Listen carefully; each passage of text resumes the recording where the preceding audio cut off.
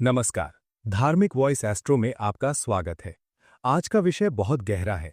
योजनाएं गुप्त रखो, सफलता खुद पीछे आएगी। और इस संदर्भ में हम समझेंगे महान योगी परमहंस योगानंद जी की शिक्षाओं का मौन की शक्ति, आध्यात्मिक ऊर्जा की रक्षा। परमहंस योगानंद जी बार बार कहते थे कि आत्मा की ऊर्जा को व्यर्थ मत बहाओ। जब भी हम अपनी बड़ी योजनाएं हर किसी को बता देते हैं तो क्या होता है? लोग हंसते हैं, संदेह करते हैं, नकारात्मक टिप्पणी करते हैं या अनजाने में हमारी ऊर्जा को कमजोर कर देते हैं। योजनाएं बीज की तरह होती हैं। बीज को मिट्टी के अंदर छुपकर अंकुरित होना पड़ता है। यदि आप उसे बार बार खोद कर दिखाएंगे तो वो कभी पेड़ नहीं बनेगा। गुप्त योजना बराबर सुरक्षित ऊर्जा। हर व्यक्ति आपकी सफलता के लिए नहीं बना। सच्चाई थोड़ी कड़वी है। हर कोई आपकी उन्नति देखकर खुश नहीं होता। कुछ लोग मुस्कुराते हैं पर अंदर से जलते हैं।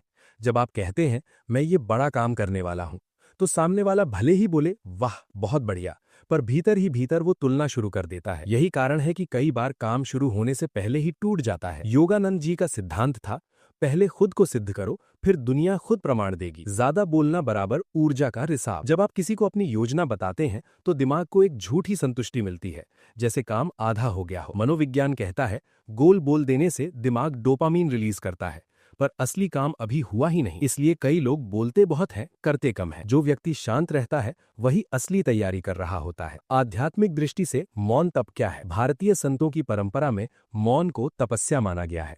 स्वामी विवेकानंद ने कहा था कि शक्ति भीतर संचित करो, फिर उसे सही समय पर प्रकट करो। मौन केवल बोलना बंद करना नहीं है।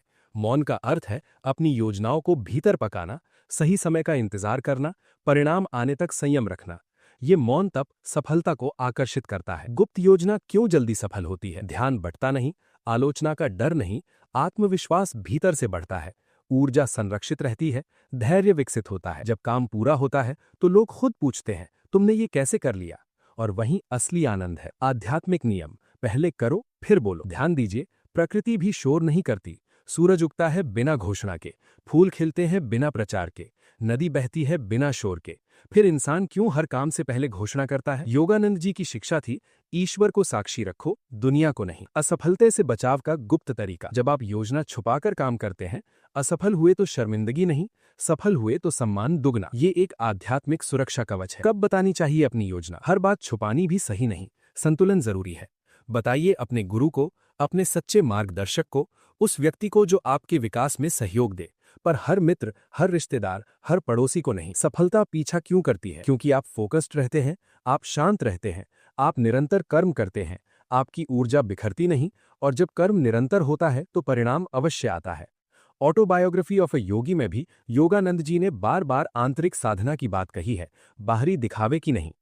गुप्त योजना बराबर आंतरिक साधना। जब आप किसी लक्ष्य को भीतर रखते हैं तो वो आपकी प्रार्थना बन जाता है, वो आपका ध्यान बन जाता है, वो आपकी तपस्या बन जाता है, और तब ईश्वर भी आपकी परीक्षा लेकर साथ देता है। यदि आप जीवन में बड़ी छलांग लगाना चाहते हैं तो आज से एक नियम बना लें, जब तक काम पूरा न हो चुप रहो, परिणाम बोलने दो। याद रखिए, जो पेड़ सबसे ज्यादा फल देता है वही सबसे शांत रहता है। यदि ये संदेश आपके हृदय को छू गया हो तो धार्मिक वॉइस एस्ट्रो को सब्सक्राइब करना ना भूलें और कमेंट में लिखें, मैं अपनी ऊर्जा सुरक्षित रखूंगा। जय गुरुदेव।